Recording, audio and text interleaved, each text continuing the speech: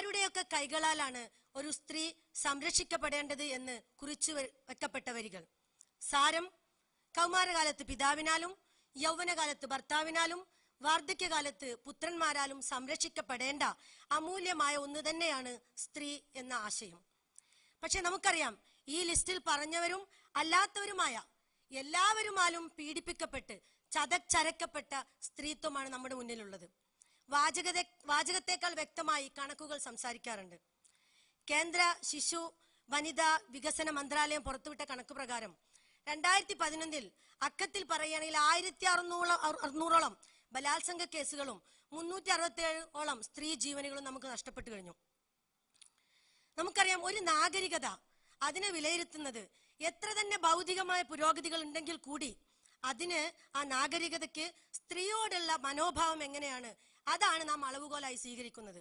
അങ്ങനെയാണെങ്കിൽ അടുത്തിടെ പ്രശസ്ത കോളമിസ്റ്റ് ഹുമ്ര ഖുറൈശി ഇപ്പൊ അടുത്തിടെ പറഞ്ഞു, സ്ത്രീയുടെ ഓരോ അവയവത്തിനും സംരക്ഷണം നൽകേണ്ട ക്രൈം യുഗമാണ് ഈ സൈബർ യുഗം, ജീർണയുഗം എന്നാണ് ഇതിനെ വിളിക്കേണ്ടത് എന്ന്. ഇത്തരം ഒരു ദശാസന്ധിയിൽ സ്ത്രീയെ സംരക്ഷിക്കാൻ നാം എന്താണ് ചെയ്യേണ്ടത്? അതിലേക്കുള്ള ഓരോ പടവുകളാണ്, എൻ്റെ സ്വപ്നത്തിലെ പടവുകളാണ് നിങ്ങളോട് പങ്കുവെക്കുന്നത്. ഒന്നാമതായി ഞാൻ ആവശ്യപ്പെടുന്നത് ഒരു തിരിച്ച് നടത്തമാണ്, തിരിച്ചു പോക്കല്ല. നമ്മുടെ പാരമ്പര്യത്തെ മുൻനിർത്തിക്കൊണ്ട് നാം നടന്നു വന്ന സംസ്കാരത്തിന്റെ ഗുണങ്ങളെ, നന്മകളെ പെറുക്കിയെടുക്കാനുള്ള ഒരു തിരിച്ചുപോക്ക് ഇന്ന് അത്യാവശ്യമായിരിക്കുന്നു. നമ്മുടെ മുന്നിൽ വിവിധ സംസ്കാരങ്ങളുണ്ട്.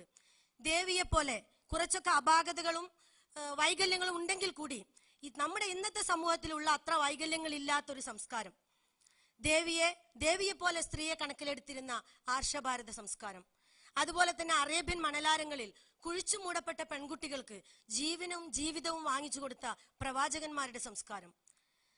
ആ സംസ്കാരങ്ങളിലേക്ക് അന്ധമായൊരു തിരിച്ചുപോക്കല്ല ഞാൻ ആവശ്യപ്പെടുന്നത്. അതേസമയം ഇന്നത്തെ വിജ്ഞാനത്തിന്റെ മുത്തുകൾ പെറുക്കിയെടുത്തുകൊണ്ട് തന്നെ പാരമ്പര്യത്തിന്റെ നന്മകളെ സ്വാംശീകരിച്ചുകൊണ്ടുള്ള ഒരു ചെറിയ തിരിഞ്ഞു നോട്ടമാണ് ആവശ്യപ്പെടുന്നത്.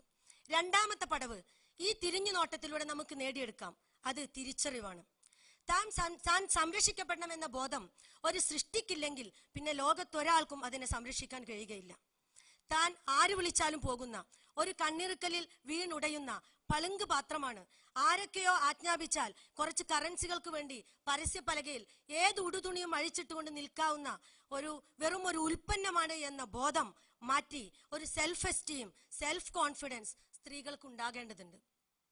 ഏത് കാക്കക്കും ഓടി വന്ന് കൊത്തിയെടുക്കാൻ പറ്റുന്ന ഒരു വെള്ളത്തുള്ളിയല്ല, പകരം കൊത്തിയെടുക്കാൻ വന്ന കൊക്കുകളെ പിളർത്തുന്ന വജ്രത്തിന്റെ തുള്ളിയാണ് താനെന്ന ബോധം, സമൂഹത്തിന്റെ ജനനിയാണ് താനെന്ന ബോധം നമുക്കുണ്ടാവേണ്ടതുണ്ട്. ആനയുടെ വലിപ്പം ആനയ്ക്കറിയില്ലല്ലോ. തുളസീദാസിന്റെ കവിതകളിൽ കാണുന്ന കസ്തൂരിമാനെ പോലെ പുൽമേടുകളിൽ എന്തൊക്കെയോ തെരഞ്ഞ് സ്വന്തം ശരീരത്തിലെ സുഗന്ധം മനസ്സിലാക്കാതെ നടക്കുന്ന ഒന്നായി നാം ചുരുങ്ങരുത്. ഈ തിരിച്ചറിവ്, ഈ സ്വത്വബോധം, ഈ അസ്തിത്വബോധം നമുക്ക് നൽകുന്ന സെൽഫ് റെസ്പെക്റ്റിൽ നിന്ന് അടുത്തതായി സ്റ്റെപ്പ് നമ്മൾ ശ്രദ്ധിക്കേണ്ടത് ഈ അറിവിന്റെ, തിരിച്ചറിവിന്റെ പ്രായോഗിക പാഠങ്ങളാണ്. ഞാൻ സ്ത്രീയാണ്, ഞാൻ അമൂല്യമായ ഒന്നാണെന്ന് അവൾ തിരിച്ചറിഞ്ഞു കഴിഞ്ഞു. പക്ഷേ പ്രായോഗിക തലത്തിലേക്ക് വരുമ്പോൾ നേരത്തെ ഇവിടെ സംസാരിച്ചതുപോലെ ദൈവത്തിന്റെ ഏറ്റവും മനോഹരമായ സൃഷ്ടിയാണ് സ്ത്രീ. സ്വാഭാവികമായും അവളിലേക്ക് അടുക്കാനും അവളെ സ്വന്തമാക്കാനും ആ സൗന്ദര്യം ആസ്വദിക്കാനും സ്വാഭാവികമായൊരു മനുഷ്യ പ്രകൃതി നമുക്കുണ്ട്. അതുകൊണ്ട് തന്നെ അതിൽ നിന്നും വിട്ടുമാറി ആർക്കും പിടികൊടുക്കാതെ സ്വയം സംരക്ഷിക്കാനുള്ള ആയോധന മുറകൾ വരെ പഠിച്ചുകൊണ്ട് നാം മാറേണ്ടിയിരിക്കുന്നു.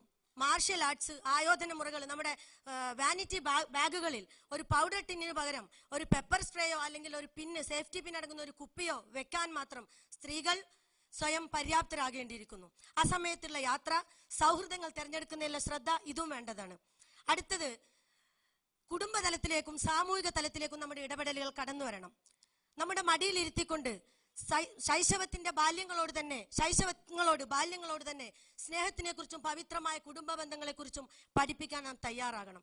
സമൂഹത്തിലേക്ക് കടക്കുമ്പോൾ നമുക്കറിയാം, ഇന്റർനെറ്റുകളിലും അതുപോലെ തന്നെ നമ്മുടെ വീഡിയോ മാധ്യമങ്ങളിലും ദൃശ്യമാധ്യമങ്ങളിലും കടന്നു വരുന്ന നമ്മുടെ ജനപ്രതിനിധികൾ വരെ ഉൾക്കൊള്ളുന്ന ലൈംഗിക ആഭാസങ്ങളെ കുറിച്ച് ബോധവതികളാവാനും സമൂഹത്തെ തന്നെ ഒരു ചുറ്റുമതിൽ കൊണ്ട് പ്രതിരോധിക്കാനും നാം തയ്യാറാകണം.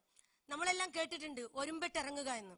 ഇനി ഈ സമൂഹത്തിനെ രക്ഷിക്കാൻ സമൂഹത്തിന്റെ ജനനിയായ സ്ത്രീക്ക് തന്നെ സാധ്യമാവുകയുള്ളൂ. അതിലൂടെ ഒരു വെടിക്ക് 2 പക്ഷി എന്ന പോലെ സ്ത്രീക്ക് സ്വന്തത്തെയും അതുപോലെ തന്നെ സമൂഹത്തെയും കുറച്ചുകൂടി വിശാലമായ അടിസ്ഥാനത്തിൽ ഒരു പ്രപഞ്ചത്തെ തന്നെയും സൃഷ്ടിക്കാൻ കഴിയും, പ്രതിരോധിക്കാൻ കഴിയും. ഈ വഴിയിലേക്കുള്ള ഒരു മാർഗമാകട്ടെ ഈ പരിപാടി എന്ന് ആശംസിച്ചുകൊണ്ട് നിർത്തുന്നു. നന്ദി.